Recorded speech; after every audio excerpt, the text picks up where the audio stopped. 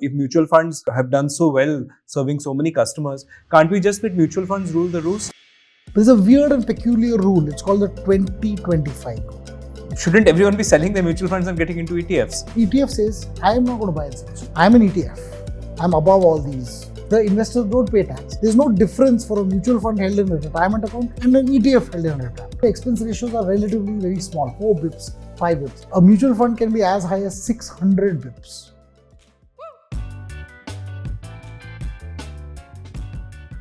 Hi everyone, and welcome back to the Capital Mind podcast. ETFs are all the rage in global markets, especially in the US. In fact, there's talk that passive investing and ETFs could eventually take over the stock market and leave no room for price discovery. On the other hand, in India, ETFs have been relatively muted, other than, say, a Nifty 50 index fund that the EPFO invests in and the Bharat Bond Fund. So in today's episode, we bring in Deepak to take a look at ETFs in more detail. We try and look at how ETFs are constructed, where you can buy it from, reasons for their underperformance and outperformance, and most importantly, if you as a customer or an investor want to invest for the short, medium or long term, whether you should be looking at mutual funds or whether you should be looking at ETFs. So do listen in and together we'll figure out the answer to this investing question. Hi Deepak. So, from the 10 years or so that I spent in the US while I was there, the one thing that we kept hearing and that I continue to hear subsequently is that ETFs are the best thing you can do with your money and that they're taking over the stock market. They seem to be priced at basically nothing. They outperform everything else. And every year there's an article about how the rise of passive investing and these ETFs is going to completely distort the stock market and there'll be no one left for price discovery anymore. And the only thing that matters is index composition and stuff like that. But when it comes to India, I feel mutual funds have certainly taken off, but ETFs do feel a bit still like a small side note somewhere. So I thought we could start by maybe you can give us a lay of the land. How big are ETFs and maybe even mutual funds in the US? And how big are ETFs and mutual funds in India? And then we can get into more stuff about this. Yes, in fact, this is a great topic to start because I think the idea over here is how do ETFs perform or how do ETFs sit around, and we'll go through a little bit more about what ETFs are. But ETFs and index funds in general in India have been slow to pick up. They've only now started to become in some level prominent. More of the work has been done by active funds. Just the difference in one way is there's an index which is published by, say, an S&P 500 or S&P alongside with BSE or NSE with its Nifty indices. They publish an index that has a composition. These index funds or ETFs follow that index typically, and then you get something called a Nifty 50 ETF or a Nifty 50 index fund and so on. And then there are active mutual funds which simply go and buy the stocks that the fund manager decides what to buy. So these mutual funds in the US are about $30 trillion, of which about 7 trillion is money market mutual funds, which is like liquid kind of mutual funds. The rest is all, different types of debt, equity, hybrid and so on. 30 trillion is huge compared to, say, a $10 trillion, which is in ETFs. ETFs are relatively newer as a phenomenon. Mutual funds started in 1930 or 31 when Merrill Lynch started to kind of advertise mutual funds for everyone. ETFs are relatively a 1970s and 1980s creation. So relatively speaking, they are smaller, but they're $10 trillion today in the US. So it's a fairly large composition in comparison with the amount of time these things have been running. And, active stocks and the rest are about another 10. So the US market cap is about $50 trillion. So, give and take, mutual funds and ETFs can invest in a lot of things, not necessarily just the US stock market. So you have a slight difference in composition. India, on the other hand, is slightly different. Now, let me put you a little bit of context around how Indian this thing is. It's about 65 lakh crores in total AUM held by mutual funds. 65 lakh crores is about $750 billion, depending on which day you look at the exchange rate. So on that, roughly 30 lakh crores is equity AUM, maybe 30-35 lakh crores is equity AUM. That is, I'm talking about active equity AUM. Index is about maybe another 9 lakh crores. ETFs and index funds put together are about 9 lakh crores. 7 lakh crores are ETFs and 2 lakh crores are index funds.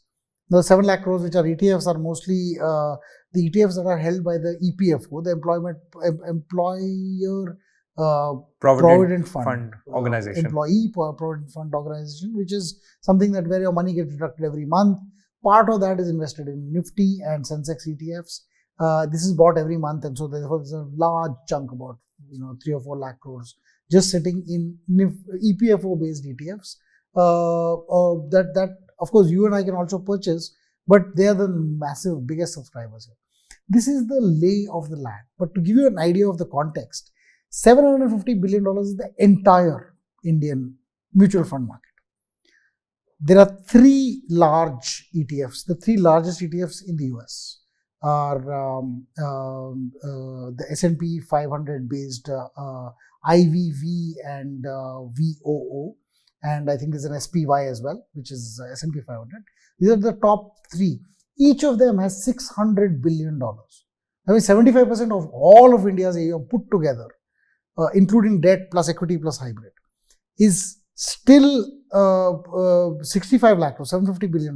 These guys were $600 billion after they've fallen like 10-15%. So technically, at some point, each of these ETFs might actually be bigger than the entire Indian mutual fund market themselves.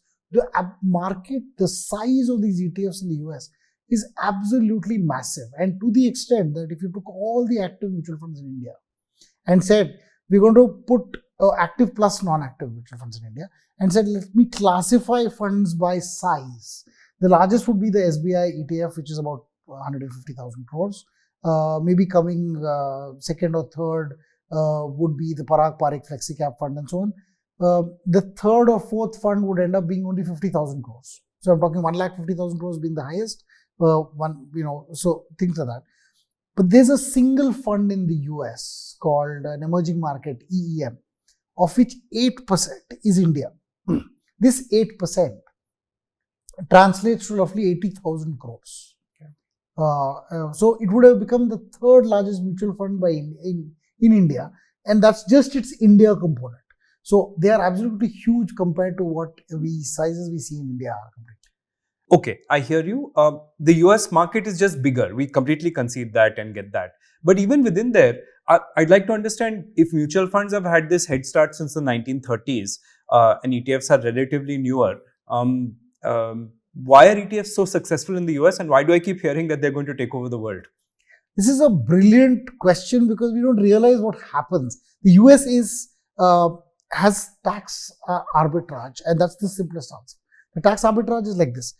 If I buy a mutual fund and the mutual fund manager decides to sell one stock inside the mutual fund and buy another stock, this would have normally resulted in a capital gain. Now, in the US, they decide that this tax is applicable, but not to the mutual fund itself, but to all the shareholders, unit holders that hold units of this mutual fund or shares of the mutual fund. So what happens then is the mutual fund takes at the end of the year and says, oh, well, you know what? I sold this stock, I bought this stock, I sold this stock, I bought this stock.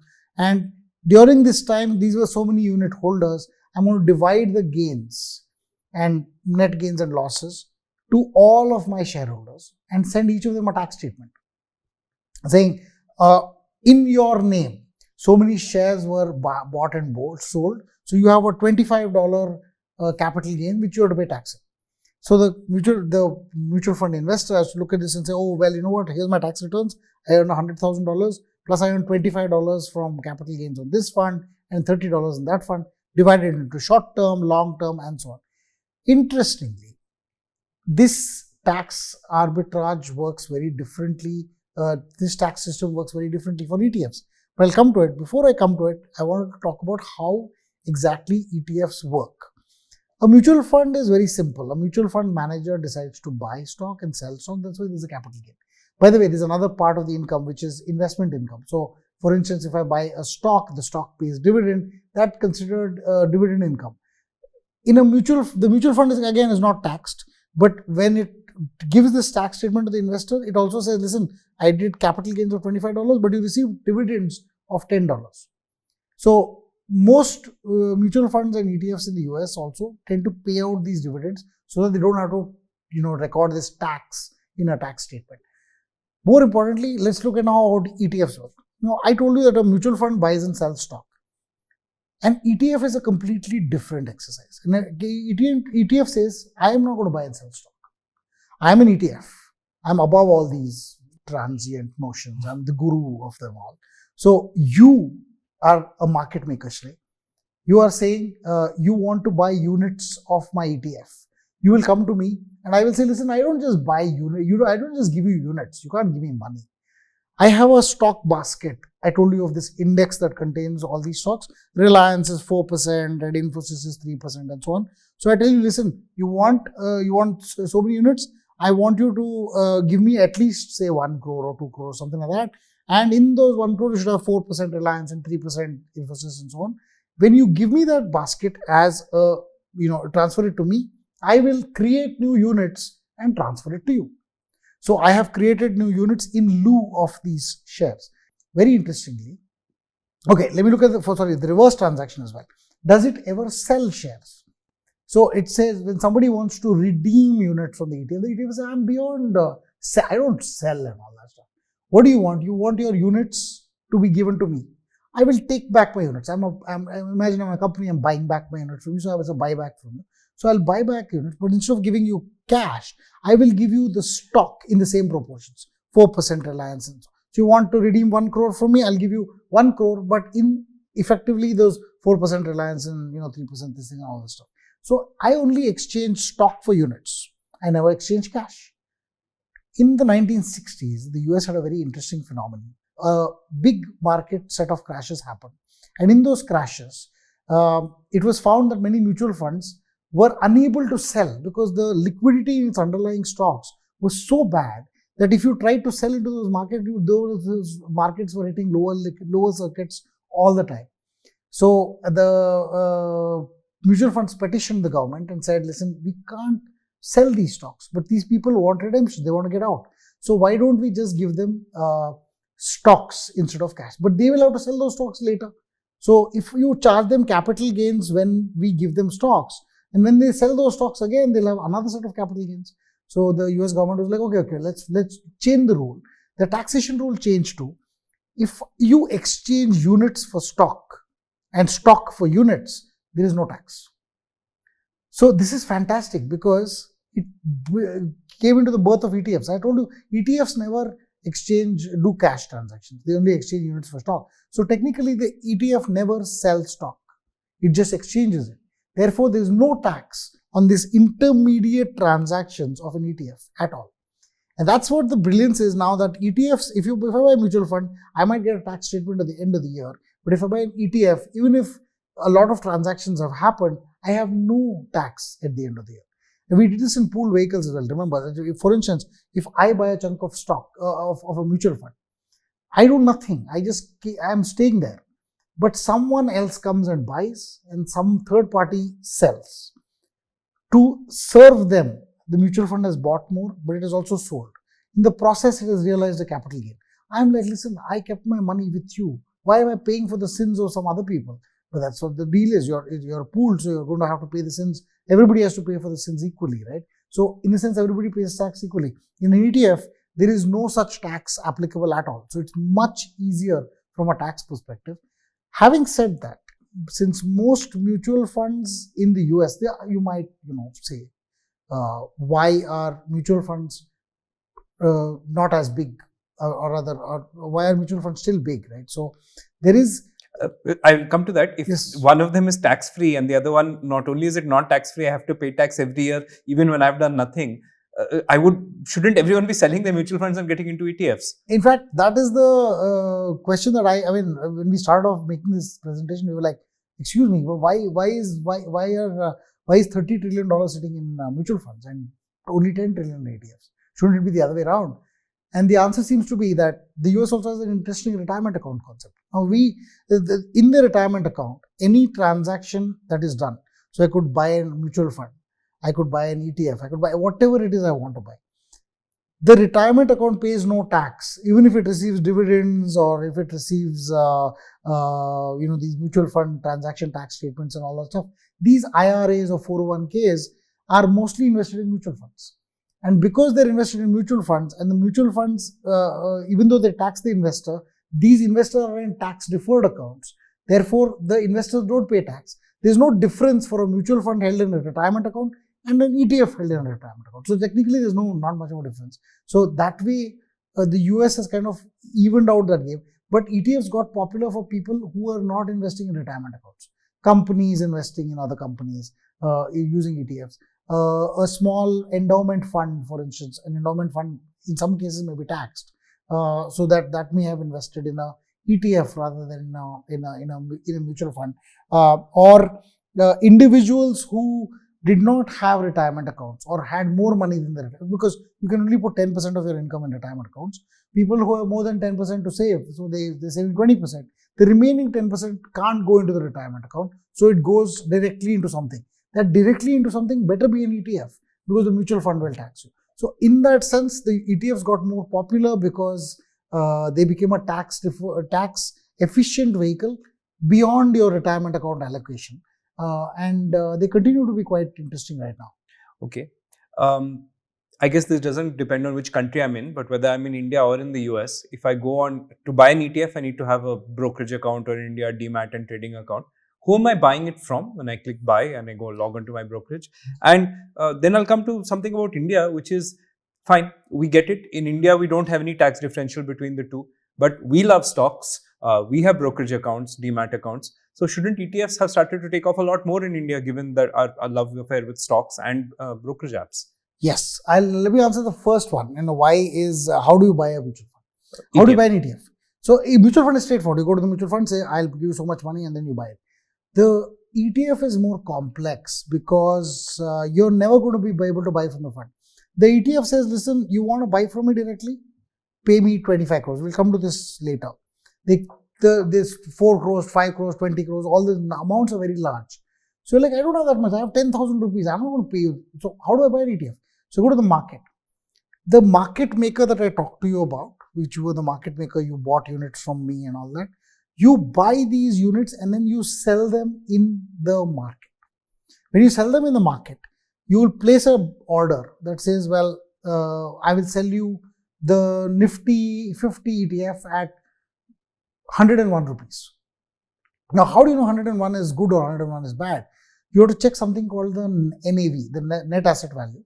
Now, because market prices are changing all the time, there's a rule by SEBI, and there's one by SEC in the US as well, which says that all of these ETFs have to reveal an intraday NAV, INAV it's called, every 2 minutes. So every 2 minutes is a new NAV. So it will tell you that currently the underlying price of the NAV of the fund is 100. Remember, in a mutual fund, you always buy at NAV or you sell at NAV. But in an ETF, you will buy above most likely. So the market maker places the order at 101. Now, you buy it at 1% more than the NAV, and you don't know how much you pay for it. But because you have to track the INAV at the time that you buy this fund, this adds layers of complexity, because now it doesn't mean that earlier it was like you could look at a fund and say, well, this fund has gone up 10%. Let me just go buy it. Now you go to the ETF and say it's gone up 10%, but I need to buy it close to its NAV. So the market price is very high compared to its NAV. I don't want to buy it. So I think that concept has percolated down to a point where you do pay a premium. This is sort of like a semi-cost, a transaction cost for you, but you're going to pay for it when you buy an ETF. You're not going to pay for it when you buy a mutual fund. So just to give you a differential between the two. Now the second question was... So actually, I'll go back. We missed one point from earlier, which was that I think one of the reasons that mutual funds in the US are still perhaps larger is you need people to go out and sell your financial products. Mutual funds have the ability in their expense ratio and so on to do so, right? While ETFs are honestly vanishingly small expense ratios by and large. Oh yes, in fact, that's an interesting point, because you have this... one of the reasons why they're so popular, or they have gotten popular, is because the expense ratios are relatively very small, 4 bips, 5 bips. Whereas a mutual fund can be as high as 600 bips. Surely not. 6%. The US mutual fund India is capped to like 2.25 or 2.5%. But the US can charge 6% as well. So you see mutual fund in the US charging 6% commissions. One time. But no, this is per year. Sometimes it's 3% per year and 3% entry loads. Okay. So so you're paying fairly large amounts for mutual funds, but mutual funds are sold. So once I sell it to you, you continue to buy it, at certain point. So, okay. My second question was the one you were trying to get to. In India, we do love stock trading. We love F&O trading. So surely ETFs should have taken off more in India, given that they're not disadvantaged at least compared to mutual funds. What was your take on that? Yes. So I think there's a couple of interesting points over here. The ETFs have no advantage, have no meaningful advantage at all with respect to tax. There's exactly the same tax on ETFs, then there's no tax on, as in when you buy and sell an ETF, it's the same tax as when you buy and sell a mutual fund. There's no intermediate taxation. So therefore, ETFs are not as popular from a taxation perspective. There are some other angles of it. And some of those angles are very like this, and we can explore this in some more detail. One of this is that the ETF management fees. Now remember, your TER and expense ratios are a combination of management fee plus a bunch of other things. Management fees and TER for a ETF tend to be 0.1%. Tend to be, but can be as much as I found out yesterday, 0.7% for the Nifty liquid Bs, Nippon liquid Bs, which is ridiculous for a liquid fund to have a 0.7% management fee. But then it is there; it's part of the equation. And most Nifty products are at 0.1% kind of a fee. Whereas an index mutual fund that does exactly the same thing as the ETF, except it's in mutual fund format, will have a 0.2% fee. But the differential between the two is largely about some small areas of execution and things like that. But when you assume that it's a 0.1% management fee or TER, you're thinking if the index goes up 12%, I should get 11.9. But you actually end up getting 11.75. Why we'll come to that, but interesting thing is here. You underperform the index by more than the management fee. You always underperform, the median underperformances over 10 years have been for a 0.1% management fee, 0.25%. So it's 0.15% more underperformance. A mutual fund, on the other hand, has a very interesting story. When it buys and sells stocks, it has to pay two things: brokerage and transaction cost. An ETF, exchange stocks for units, does not pay brokerage, does not pay STT at all. So therefore, the ETF does not have a transaction cost element built into its NAV. A mutual fund does. In TER, these STT and all that stuff does not come in, even brokerage. STT and brokerage don't come in as part of your total expense ratio. So you pay another 0.2 to 0.3% extra as your fee when you eventually, effectively it's a fee, when you buy a mutual fund. So like I was saying, the management fee for a mutual fund is 0.2% maybe, for an index fund, and the management fee for a TER for a ETF is 0.1%. But the underperformance for an ETF is only 0.15%. The underperformance for a mutual fund is 0.5%. So that means it's 30 basis or 40 basis points more than the management fee. So it's like that difference is made up by this transaction cost and brokerage, which tends to eat up most of these extra things. So on a 10-year basis, if the index has given you 12%, you should expect 11.575% from an ETF and only 11.5% from an index fund. And that 0.25% can be, so it should be more popular than it is, but it's not. One of the reasons is that when you go into the market, you have no idea what your price you're paying for it. Sometimes you can pay as much as 5% higher than the NAV. Because you're not a person who knows what the NAV is. You've just gone and placed a buy order. You're hoping that you got the right price. And boom, it could be 5% higher. We'll come to why these happen. But this is a situation where if you're going to pay at least 1% more, then for it to hurt you less, you have to hold that mutual fund for say 10 years, ETF for 10 years, because then I can spread that 1% cost over 10 years, which is 0.1% per year. So I told you it index lags by 0.25%. You've actually lagged by 0.35% if you've held for 10 years. If you've held only for 5 years, your per year expense ratio is that much higher because you paid a premium when you got in. That's one of the reasons why I think we should. I mean, that's one of the downsides of owning an ETF in India, and that might be one of the reasons why you find that ETFs are not as easily popular as mutual funds. Deepak, you're saying this market maker can charge, say, 1% more or whatever.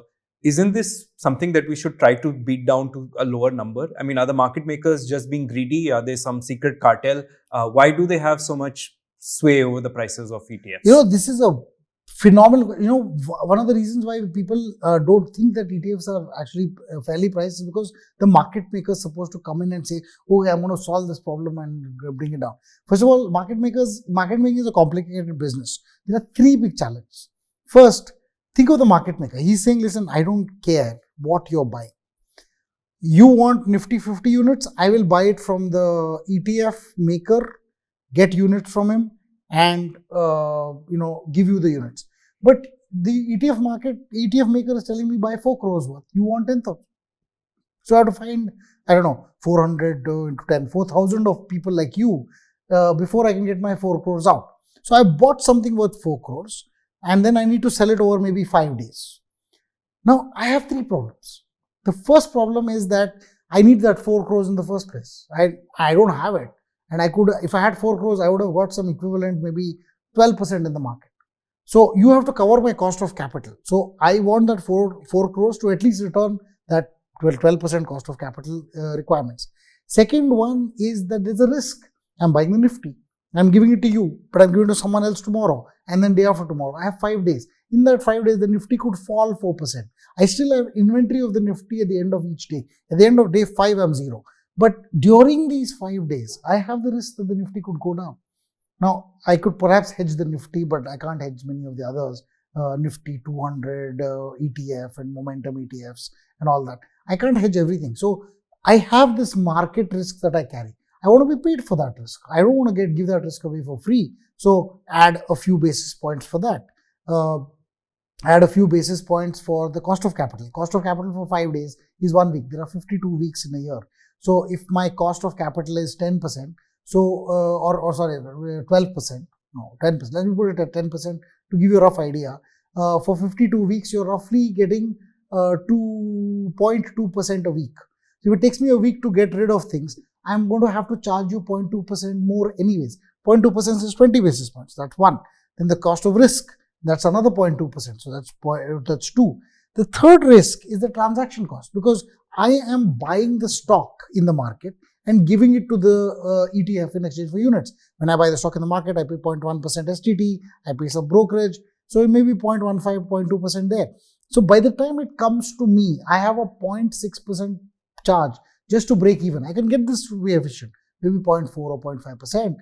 But I technically do not have a way to charge you less than 0.5%. So I want to charge minimum 0.5%. Then I have a profit margin, because I'm not going to do this business for charity. So a market maker will probably want to charge you 0.5 to 1% just to break even.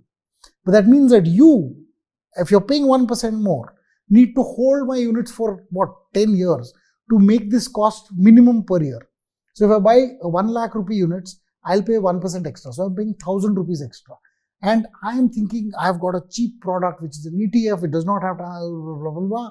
But remember, I told you that it underperforms the corresponding index by 0.2 to 0.3% per year. If I only held an ETF for 3 years, I paid a 1% premium in year 1. I divide that into 3 years. 1% divided by 3 years is 0.33% a year. That negates my difference of having held the ETF versus having held the index fund. I might as well have gone and held the index fund. So in that sense, the market maker isn't necessarily being greedy, but because he's just trying to earn his decent living. Your problem then comes down to how, if I plan to buy this ETF, I better hold it for 10 years if I paid a 1% excess premium on it in that sense. So if you're holding for a very long term, a passive strategy for the long term, the ETF might triumph. If it's for a shorter term, you might as well do the mutual fund, or it kind of doesn't matter to that extent. I agree. I think to a large extent, you want to hold the ETF for a long time. Now, we did this in the Capital Mind PMS product, which was the index portfolio. We only bought ETFs. we've outperformed the corresponding index funds meaningfully because we've held for 5 years and people haven't, we haven't had to meaningfully add.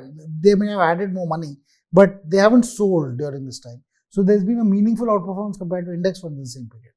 Okay. But as much as we may like ETFs, the fact is both me and you have had experiences personally or through Capital Mind where ETF NAVs or not NAVs, ETF prices in the market have been wildly different from their NAVs. Not marginally different because of an inefficient market maker, but completely not even in the same vicinity.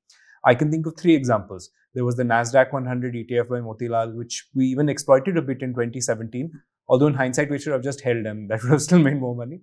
Then we had one GSEC ETF that you did something on, and you even wrote about, I think a couple of years ago. And more recently, because of the RBI rules, again, that same Motilal Nasdaq ETF has again been diverging from its NAV.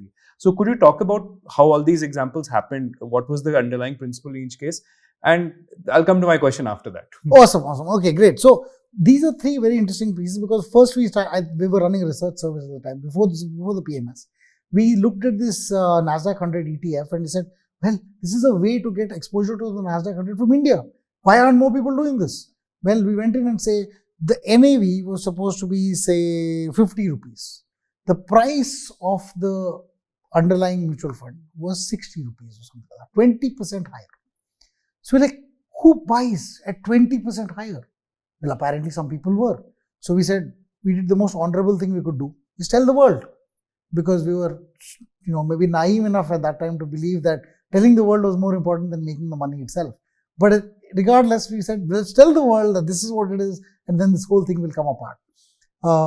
Because technically, if more and more people could somehow buy the underlying fund, the arbitrage would come down. So we wrote an article saying, you know what, all you need is to go to the Nasdaq 100, which is Motilal, and tell them we will buy units from you directly and then go and sell it in the market, and you will make this 20%, bridge it down and bring it down. So some point, nothing happened. Crickets. So we said, maybe we're wrong. Maybe we're stupid. We're not seeing everything. Let's do this ourselves. So we went in and said, well, let's buy this entire 5 crores and then put it in. And then within, I think the 4 crores itself was like a fairly large, 10% kind of a profit because we went in and just put large sell orders without even thinking about what will happen. He said, well, let's try and earn as much as we can. And within a week or 1.5 or 2 weeks, we had managed to sell the entire exposure with this profit in it. So it was real. So it's not like it was not real. Now, why was it happening? I think lack of knowledge. People didn't know. The market maker was absent and decided not to perform the duties that they did. So we went and were able to do this twice. Until I think Motilal got back and said, my God, what are these people doing? I mean, they're buying. Anybody should be able to do this. So they created a fund of funds that would invest in the Nasdaq 100. The fund of funds would therefore perform the role of buying directly from the market maker and offloading it in the market if it was required, and that arbitrage came down. So to a certain extent, the premium then came down to that 1% around, which is what was required. A little bit more for the Nasdaq 100, but it was a reasonable level. So this arbitrage didn't exist at that time. But this existed for like 2 years after we wrote this article. And it was very surprising that this arbitrage existed, but it did. The second example was something else that we saw, very peculiar. It was the LIC GSEC ETF. Now you might say, Deepak, I could do all this arbitrage, these 2 weeks. What if Trump had come and decided to put tariffs on everybody and the Nasdaq plummeted by 20% in those 2 weeks? You would have lost all your advantage of this arbitrage by the Nasdaq falling that much, right? Because Trump was in power back then as well. He was also in power back then, yeah. So yeah, we had, we've lived interesting lives. I'm going to carry this with a badge of honor that we lived in a time when Trump existed. So I think the important point of this was that market risk existed. In a GSEC, there is very little market risk of that sort. GSECs don't move by 10-20% in a day, or even regardless of Trump. So a GSEC did not have that kind of market risk. But guess what? In the market, the price of this particular GSEC ETF was 20% lower than the NAV. So this time, of course, instead of just writing an article about it, we also we wrote to this thing saying there's an actual opportunity. We can do this ourselves in our research service, where we talked about, instead of making a public article about it, it was only 2 subscribers, where the idea was much smaller. It was only 18 lakhs. So you just had to put 18 lakhs in, go to the market, buy the GSEC ETF 20% below its NAV. When you collected 18 lakhs worth, go to LIC and tell them I want to redeem. They would allow you to redeem at the NAV and they would pay you that. So you would make roughly for 18 lakhs, only 3.5 lakhs of profit, which is not too bad if you ask me. But this was able to happen only relatively in a shorter period of time, because we were able to do this only for small. Interestingly, we couldn't do it meaningfully at the PMS level, because the market maker said, if you guys give me a redemption, it needs to come from one account. So if I had 100 people as customers, I wanted to give all their units, because I had to share the gains across all of them. So he said, no, one unit holder. Then I said, you can't do one unit holder, because this is not. And he said, no, then you can pool it yourself. Then SEBI rules don't allow a mutual fund PMS to own those units temporarily before redeeming it. So it was a bit complicated. But interestingly, the arbitrage was available for a while. SEBI changed the rules later, but eventually this arbitrage also vanished, because people like, arbitrage vanishes when people like us come and see this arbitrage and kind of exercise it to change it. 2 big things, because I think the market was simply not clued in enough to be able to do this stuff. The part that is exciting now is where people are very gung-ho about the NASDAQ and the other markets and all that stuff. These ETFs exist. Everybody knows about premium. But the market maker is crippled. The market maker cannot go to the fund and say, give me units, I'll give you NASDAQ 100 stocks. Now, why? Because RBI has a rule that says all mutual funds put together, which buy US stocks, can only buy $7 billion worth. And that limit has already been reached. $7 billion has been reached by all mutual funds put together, so they can't buy any more. An ETF owner cannot therefore get more stock and issue more units. So they have to close down the issuance of units. So the market maker is like, listen, I can't do anything. I can't make this market. So whoever wants to sell has to sell from their inventory at whatever price they want to sell. Whoever wants to buy can buy from their inventory, whatever. So the sellers are few and far between. So they price it at whatever they want. So today's market price may be 180 rupees. The NAV is 165. So 10% lower. And I've seen 20% as well. In fact, we owned it in the PMS and we suddenly saw this 20% premium, and we ended up going and selling all of this at 200 rupees or odd or so, because the NAV was 10 to 15% lesser in the market compared to what we sold it at. So compared to what the NAV was. So I think the problem in this particular case is that markets cannot follow through an arbitrage. In the first 2, they were clueless about it. Okay. Now here's my question as a customer or investor or whatever. If I make a perfect optimization between an ETF and index fund, in one case, I might over a decade save 1 or 2%. If I get it even slightly wrong and buy the ETF at the wrong time, I could lose 20% by overpaying or underpaying. I think this really is horrifying, that it makes me want to feel like avoiding ETFs unless I'm the sharp person here looking at an INAV and seeing the price and doing that comparison and taking advantage of a price dislocation. I think so. I do think I understand why ETFs people are a bit wary of them in India, because the fact is that the price you see in the market is often at odds with the NAV. And there's also the question of liquidity, right? I think we'll come to this later, or maybe let's dive into it now. We discussed this in the pool vehicles episode as well. But the fact is that on days where the market moves very dramatically, I've noticed that sometimes the ETF prices don't react the same way they should. And I think post-election is something that came to mind. This is both a pool vehicle problem, but also an ETF problem as well, right? So why does that happen? I mean, why can the ETF not just mirror the falling market price or a rising one? In fact, let me give you this example right here. June 4th, 2024, markets are down 6% because the election results have been announced and blah, blah, blah. And then because the markets are down 6%, you would think that, oh, I should just go buy the Nifty ETF now if I want to buy it because I'm going to get 6% lower. Answer, wrong, because you're getting only 2% lower. Now, why was this? Again, the liquidity problem in ETF is complex because at one level, you could not arbitrage because RBI has a rule. But when everything was down 6%, the volumes were so heavy on the ETFs. The market makers are like, there are a few, only one or two market maker companies in India, large size. They had only about 700 crores. And they used that entire 700 crores to serve maybe one or two ETFs. Because there was so much demand, they let go of the others. So the ETF that you wanted to buy, if it was priced at 6% lower, it was probably the one being serviced by that market maker. But if the others may not have been serviced by that market maker, so it's only at 2% below. And because it's only at 2% below, you're thinking you're getting the right price, but you're getting a much lower, much higher price than you should have got if you had bought the actual stock. So liquidity can vanish in times of extreme market conditions. And during this time, the market makers are not obliged to, because there is so much volume and so much movement happening. They are not obliged to provide this market making services at times of extremities. It's like a force majeure clause for them, but it hurts you because you as an investor are thinking that this is the price I should have gotten. And that's where the problem is. Yeah, so I guess you could have been lucky and sold at 4%, a couple of percent higher. But on the other hand, if you're looking to buy, it wouldn't have worked for you and you couldn't have taken advantage of the dip. You know, the only way to solve for this problem at that time was to sell the ETF and buy the Nifty future.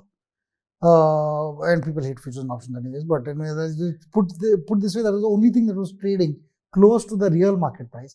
You could have waited till the ETF stabilized 2-3 days later, then reverse that transaction and bought the ETF instead. So you would have been able to make the best of both worlds in that situation. True, but as with many things, you could have also done nothing and the market just went up 3 months over the next 3 months. Yes, so 6 months after that, yes. SIPs. So one of the reasons that mutual funds have done so well in India is SIPs. I mean, and they've sort of like become an investment that everyone uses or a vehicle that everyone uses to enter the market. I never hear of SIPs into ETFs, or very rarely. Also don't particularly hear of SIPs into single stocks. So why don't we? Why aren't people doing SIPs into Bajaj Finance or HDFC Bank? They seem like perfectly good stocks to me that seem to trend up. Why don't we have that as a concept? You know, that's an interesting point, because SIPs have actually been about 50 to 75% of net inflows into markets every month.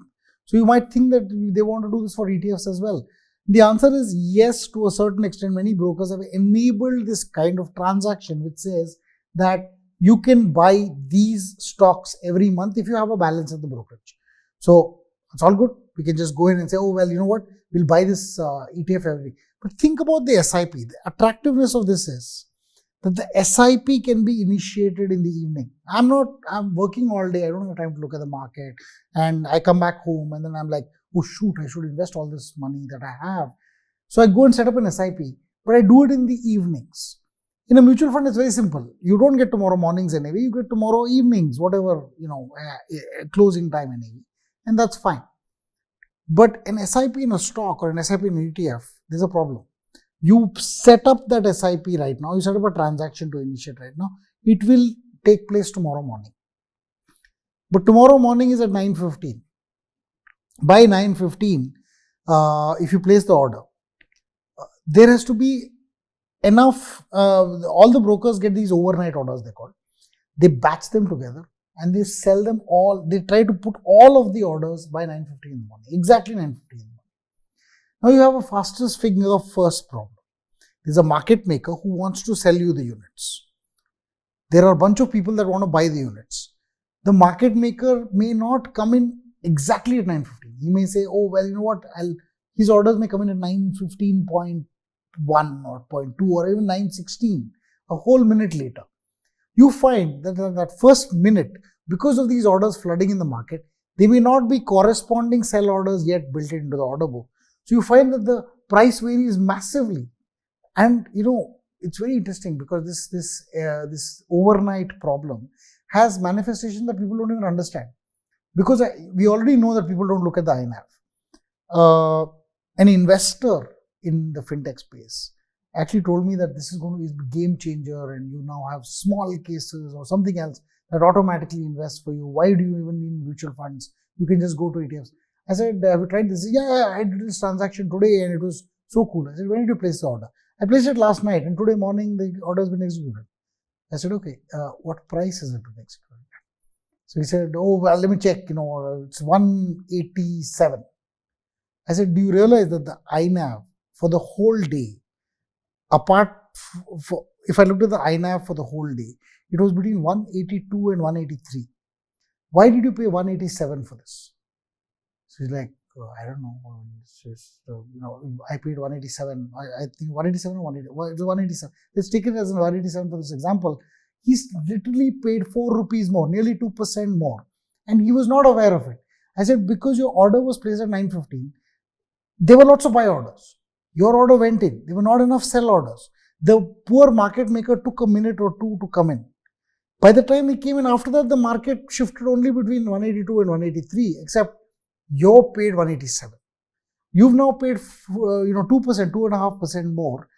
And unless you plan to hold these units until your grandchildren are, getting married, you're not going to recover the transaction cost of this as part of your meaningful part compared to a liquid fund. An index fund. You could have bought a nifty index fund and therefore not paid this price, and you would have got it at an effectively 2% lower price.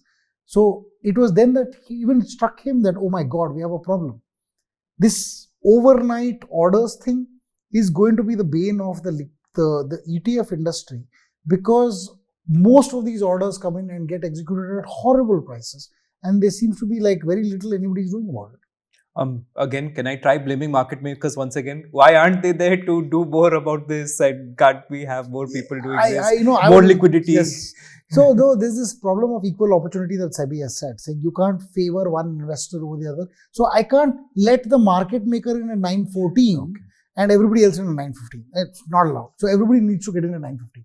Now I am in Bombay, market makers in Delhi, speed of light restricts the amount of time that, so my order is going in. His order is still taking some time to come in. My order needs to be executed now because you put market orders. Most people put just market orders saying just buy whatever it is market. But the market hasn't set up yet. It's like you walked into a market while there are people still setting up their stalls and said, I need to buy 100 kgs of flour now. There's a guy sitting there with 20 kgs of flour and he says, now? Yes. Okay, take it at 5% above the market price. Because you don't know, because the rest of the stalls haven't yet come. So you're thinking, oh, you know what. So, but when you've done that, you've essentially ruined it for yourself. Because had you waited 5 minutes, you would have been fine. You could have solved this another way. You could have said, you know what, let me in an overnight order tell you the time at which to place the order. 9:30. Nobody does that. Nobody allows that to happen. So it's like an algorithmically placed order at a time that is when the market makers are humanly available at this point. So you know that by and large you will get executed. But even that has problems. So there are days when you have large orders. The market maker put an order for say 1 crore. I am willing to sell you 1 crore rupees worth of Nifty 50. But you put an order worth 5 crores.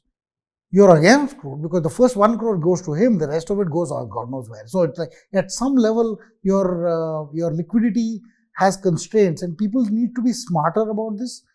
But whenever I say the word people need to be smarter, it's almost like, no, they're not going to be. So, and I would come to that. Why do I need to be? We can just use mutual funds and not deal with any of these problems. Precisely. So maybe let me push back on you and say, does it really matter? So I get the hundreds of issues with ETFs, but why should SEBI or customers or anyone particularly care about the future of ETFs in this case? If mutual funds have done so well serving so many customers, can't we just let mutual funds rule the roost and ETFs can remain solving niche use cases here and there going forward? Oh, this is a very interesting thing. One reason why ETFs probably exist and thrive in India, and they have 7 lakh crores versus 2 lakh crores, is that it's not that index funds are bad or index funds are good or anything like that. There's a weird and peculiar rule. It's called the 20-25 rule. Any mutual fund in India has to have a minimum of 20 investors and a maximum of 25% of its AUM with one investor.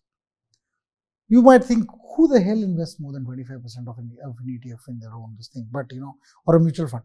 But guess what? This 20-25 rule does not apply, at least the 25 part does not apply to ETFs. It means that I could be 100% of an ETF and it would be fine, or 99% of an ETF.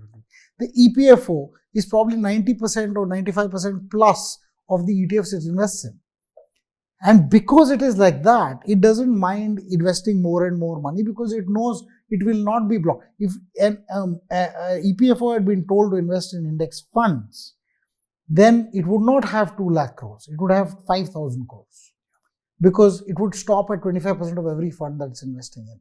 And so, at any point of time, it may be forced to sell if the fund, other people are redeeming from a fund. Yeah, oh no, well, not postal, it can't buy anymore. Oh, okay. So, for instance, it may not be because it's passive. It didn't do anything wrong. But if it reaches that point, it will not be allowed to buy anymore. Fine. So, you can't have EPFO saying, listen, I don't know whether I can buy anymore this month or next month because of actions of somebody else. So, ETFs have this 20-25 rule, and that's why it's popular in India, because the institutions prefer an ETF route rather than anything else. In fact, when a foreign institution also comes in, they will want to use an ETF because their numbers are so large, it may overshadow the AUM of a lot of equity funds. This happens in liquid funds a lot, where a liquid fund may have 1,000 crores in AUM. You go to a large corporate and he says, well, you know what, I want to invest in you. Well, I have 1,000 crores of AUM. Listen, I don't give anybody less than 500 crores. So if I give you 500 crores, I'll be 33% because 1,000 plus 500. Now I'll be 500 out of 1,500 is 33%, which I can't be. So why don't you come back to me when you have more AUM? Otherwise, I won't bother. So essentially, a lot of liquid funds struggle to get to that point where they have this AUM. But a liquid ETF can have as much as you want. You give me 100 crores, I can take out. You can be 99% of the AUM. So your ability to give those returns or rather ability to get those customers increases if you're an ETF. I think that's one of the reasons why I think it still has relevance. The other one is holding something for the long term has a lower transaction cost, lower this thing. And remember this: if you have a large amount of money, we can come to that in the part of where things are.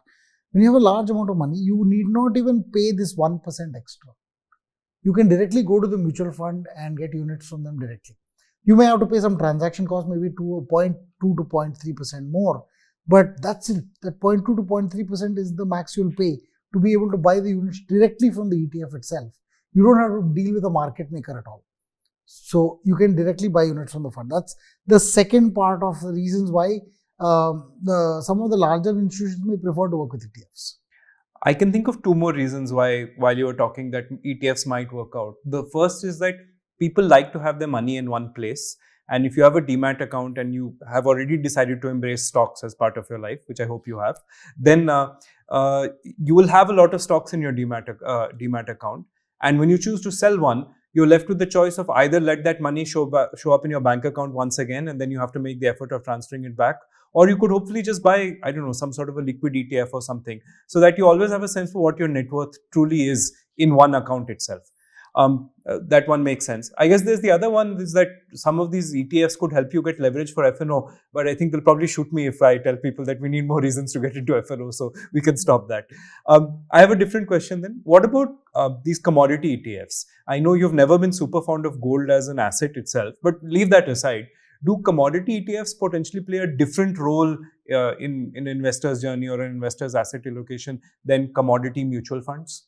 There's no meaningful difference over there because the expense ratios tend to be a little bit higher.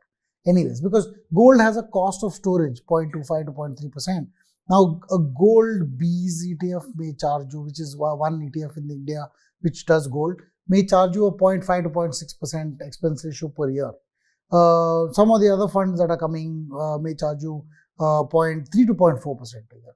But the difference between the ETF and the actual underlying gold fund are meaningfully small. I mean, it's not majorly huge when it comes to an ETF versus a cost structure. Because there's 2 things over here. A gold does not have what is called STT. So therefore, the transaction cost differential between the ETF and the gold mutual fund is quite a bit lesser.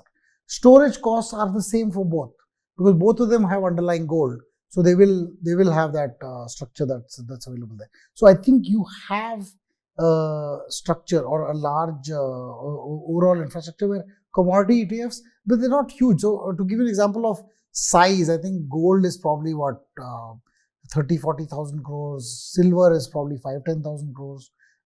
It's not meaningfully high. And gold ETFs are a little bit smaller, but the difference is they give you abilities in your demat account without having to buy actual gold and silver to be able to get exposure to the price of gold and silver. So in a way, it's price parity. Some of these ETFs also have the ability to say, if you have units, you can convert them to actual gold, which you can go back and say, listen, I've given you these units, you give me my gold. So they'll give you actual gold coins or gold whatever and all that stuff, which is equivalent to the grams. So you can give them, 1 unit is 1 gram. So you give them 1,000 units, say I want a kilogram of gold. So magically, I suppose with a lot of security, 1 kg of gold lands up at your house with some cost of, transportation and security and all of that stuff. But I think that is another reason why commodity, both ETFs and this thing, the ETFs may be more complicated. They're saying that, listen, I don't accept 1 kg, I want 100 kg minimum. So they might say, I won't do it for you. The mutual fund may be more like, I'll do even 100 grams. So essentially, you get a differential in terms of usage of use, but not meaningfully high. I think as a segue, we can also talk about liquid ETFs because liquid is a different asset class. So liquid mutual funds have about 10 lakh crores. Liquid ETFs have about 50,000 crores. So 5%? 5% of it. So the reason is because liquid ETFs are horrible returns. Most liquid ETFs just invest in overnight markets. Overnight markets give you 6.5%. But there's a component of, there's a component, there's lots of things over there. There's a cost of overnight funds in terms of the TER, 0.25 to 0.3 to 0.4%. The liquid fund market is very competitive. They don't charge more than 0.2% for the most part. But liquid ETF market seems to be unregulated in that, and not unregulated, but non-competitive. But people don't seem to care. The thinking in India is when brokers you give brokers your money, the brokers say put their money into their own account. Then they show you your balance. That balance is a balance that is yours. Then they have balances of all their customers put together. They have a huge cash balance. If you leave it as cash there, the brokers earn the money on that float by putting it into an FD and then redeeming it whenever required. The problem with this is you're not earning that float. You're not earning that return. You're earning nothing for having cash. So you might say, listen, I want to earn some money out of that.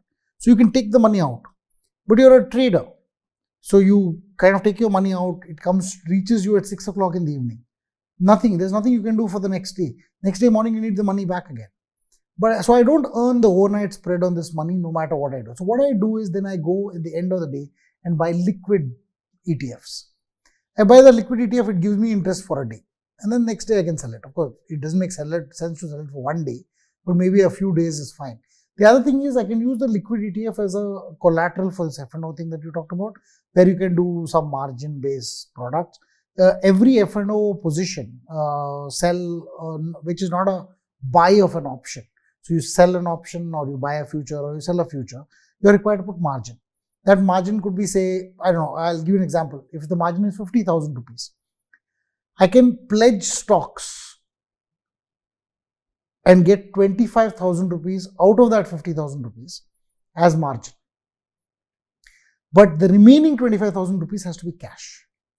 Now, when they say cash or liquid ETF or GSEC ETF or GSEC bonds or fixed deposits and so on. So you buy liquid ETF, use that as your margin for your F&O trades. That's why the ETFs have become popular in the first place. So liquid ETFs are relatively smaller as a piece of the game.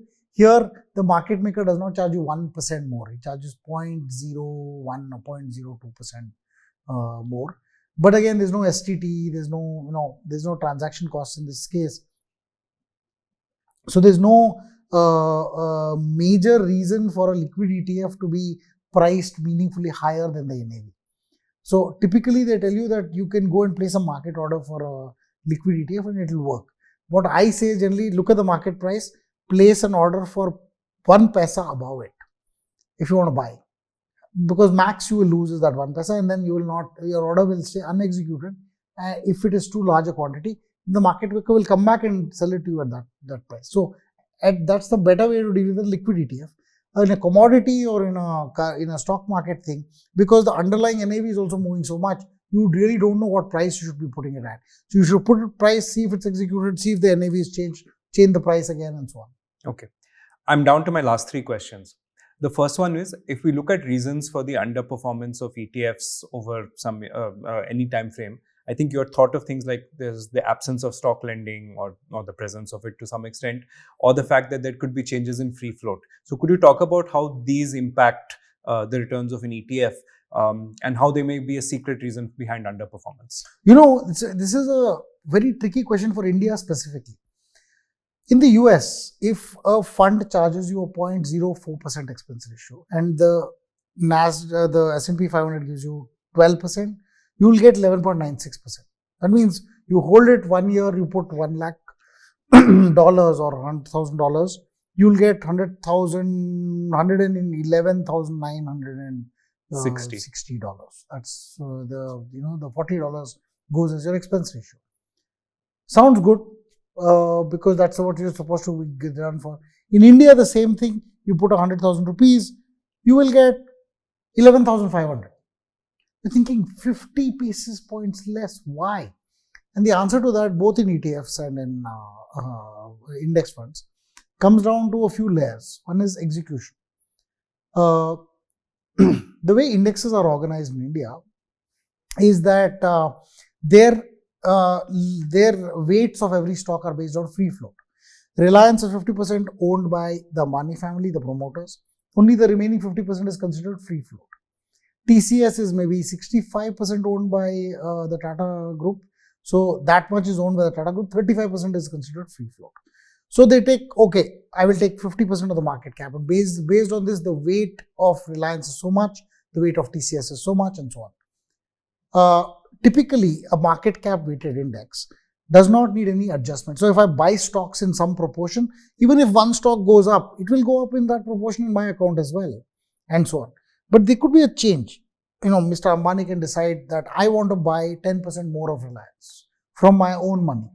So he does this thing and he goes and buys 10% of Reliance with his own money.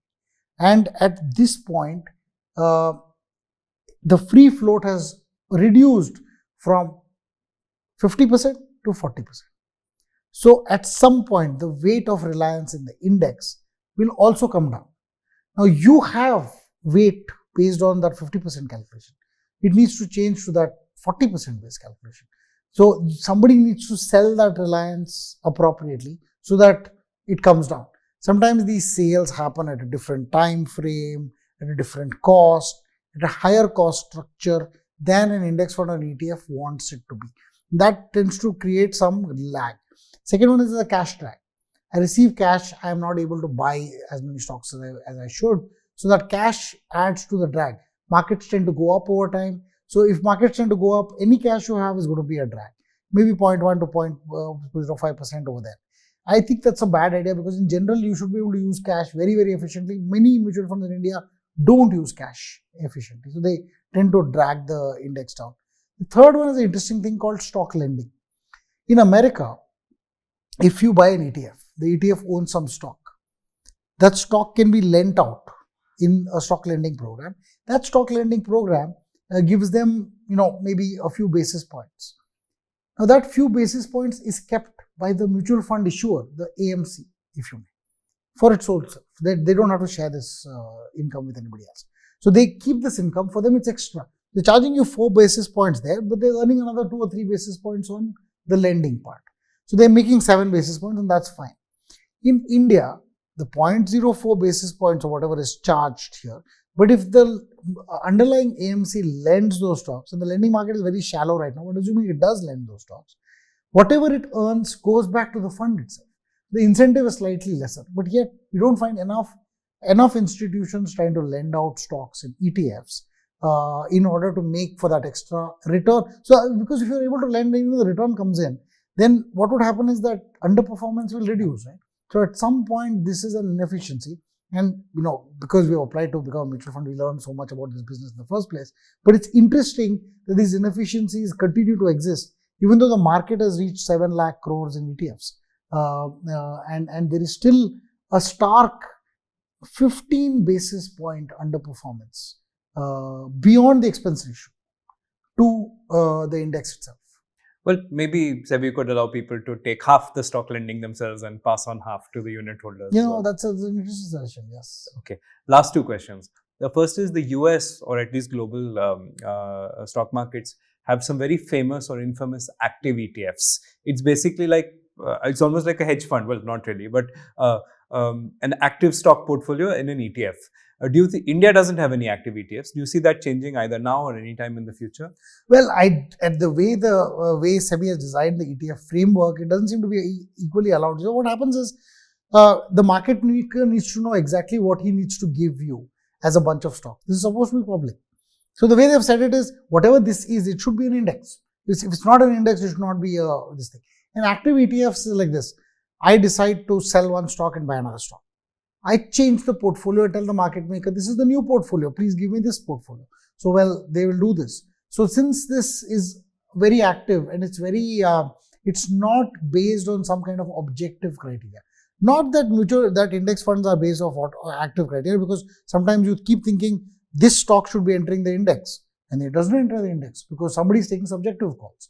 So, a lot of indexes in India are subjective, but regardless, the SEBI is not inclined to say, I will pretend, they are more inclined to say, I will allow you to pretend that these are objective indexes, even if they have subjectivity in them, but I will not allow actually subjective index, because I need subjective methodologies to allow for active funds. So if I created, say, momentum as an active fund, although I may have an algorithm behind it, there may be certain subjective factors that say, you know what, this stock keeps going upper circuit, I don't want it.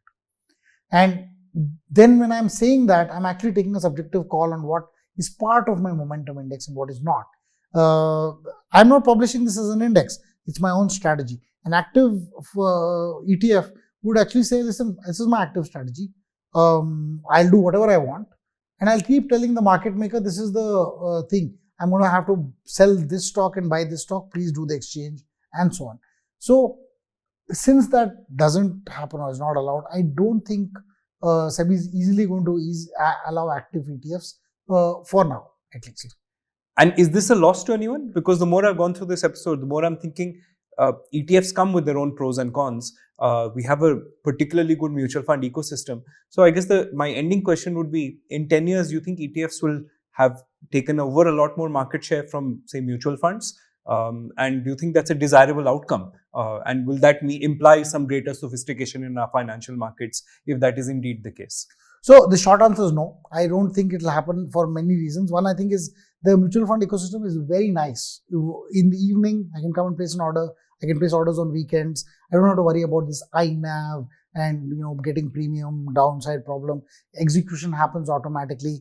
When I sell it, I don't need a brokerage account. I don't need a demat account. I can sell it wherever I want. I don't need to use a third party which holds my units. I can buy my mutual fund units on one platform and sell it on another platform without a problem. Here, if I buy it in one broker, I have to sell it from the same broker usually, and there are lots of other issues. So overall, I think the framework is less attractive to someone who is a mutual fund holder, a small owner, and so on. Few advantages. I can buy intraday at a price because the market's going up. I don't want to wait till the end of the day's NAV, which is what I'll get in a mutual fund. I'll go and buy the ETF because I want to make that 2% extra or something like that. I also have the ability to perhaps buy it at a discount, like we did. We saw opportunities in the NASDAQ 100 space, and we saw some things. There are these are one of these things. The disadvantages, and one other piece of advantage in maybe an ETF is the fact that, given that its expense ratio and transaction costs are lower, if I plan to hold for a really long term, I might actually be benefited by owning the ETF. And sometimes, like you said, in NASDAQ 100, there was no mutual fund. There was only an ETF. And that ETF was the only way to participate in that thing. So maybe that's the only way to participate in certain things in the first place. There's no proper mutual fund that does it. There are, of course, people have suggested, why don't we create a fund of fund that invests in an ETF in the first place? There are a bunch of fund of funds. I talked about the NASDAQ. There is a few others which are fund of funds it invests in the Bharat Bond ETF and stuff like that, to make it accessible for people who don't have demat accounts. These have small complications in that, for instance, right now the Nasdaq FOF does not track the NAV of the Nasdaq 100 ETF. It tracks the market price. So even the FOF is priced at 20% higher. So even if you could buy it, you would buy it at 20% higher. You're essentially paying those premiums in the first place. There's some problems, but by and large, I think the FOFs have also come in. The market participant problem is real. We don't have enough market makers. And some of the new rules have also complicated matters, where they've said the minimum a non-market maker needs to buy directly from the fund of any ETF is 25 crores. You don't have 25 crores, don't talk to me. And FOF is not a market maker. So if you create an FOF and the FOF gets 5 crores of inflows, it has to go and buy it from the market, not from the fund directly. Okay. Although Motilal FOF may be buying the Motilal ETF, it cannot buy directly. It has to go to the stock market and buy it from the market maker, who will charge 1% premium. So technically, that is another liquidity complication. But you're right. In the end, the mutual fund might actually be the best way to participate in general in the Indian stock marketplace. The ETF advantage in the US does not exist in India. And I wish, by the way, that India gets something called a retirement account, regardless of its tax advantages, because essentially that retirement account is what made in US mutual funds massively popular. People could buy and sell in their retirement accounts. Over a period of time, shift from one to the other. Use the fantastic financial infrastructure to say, we will choose which funds we want to buy and sell. And until we actually take money out of this retirement account, I can keep buying and selling funds or stocks or whatever it is, and we will not be taxed in the interim. But when I take the money out, I will be fully taxed. This is a concept I think that's ripe for India. So if that comes in, then maybe ETFs can get a little bit more popular. Institutions who don't want to be limited to this 25% limit of mutual funds, that's when I think ETFs may get more popular. But beyond that, I think index funds still rule the roost in the passive world. Active funds, of course, are active and cannot be ETFs in the first place. So they rule the roost in the active part of the world as well. Okay, I have to try this. Are ETFs going to be a big part of your mutual fund if and when you get it? This is actually great question. I wish we could answer it with a simple yes or no. But I think any index strategy is a decade-long process. It's going to take you 3 years to prove you have execution mettle. And then it's going to take you 3 more years to get enough AUM to be able to say this is a meaningful business. Remember, you're fighting at basis points, 7 basis points. To give you an example of the SBI ETF, at I don't know how many crores that is, that's a 200,000 crores, 300,000 crores. It charges maybe 6 basis points. And for 100,000 crores, a 6 basis point one would be 1.160 crores. 100,000 crores would be 60, so 6 basis points would be 6 crores. 6 crores for 100,000 crores worth of a year. Now, 6 crores is probably just a little bit more than the cost of the fund manager that runs it. And the fund, although there's not much to do, but think of it, it's 100,000 crores. If you have 500,000 crores, you're earning 30 crores. That's ridiculously small. You earn more from a liquid fund with 1/3 the AUM than you earn from a stock market ETF. So I think that way it's going to be very difficult for us to sustain a profitable strategy. So it has to be loss leader. So everything else has to make money, while this has to kind of just be loss leading until it reaches the size of 100,000 plus crores, at which time you can say, well, you know what, at least this product is running by itself. So for us to say we'll not do it at all is a bad idea. But I think to do it has to be a decade-long strategy from our thought process at least. And I know that people with deeper pockets are doing amazing things in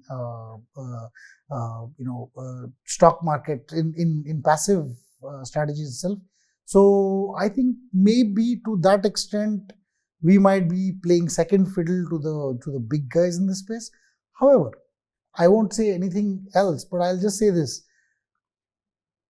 We want eventually to be a sustainable, large asset management company, whether it's a PMS or a mutual fund or anything like that. And I think the core argument over here is we don't want people to not have products just because we think it's not profitable enough. But at the same time, we cannot be expected to make losses on products just because people desire them from us. So at some point, we'll have to come down in this thing. Thanks, Deepak.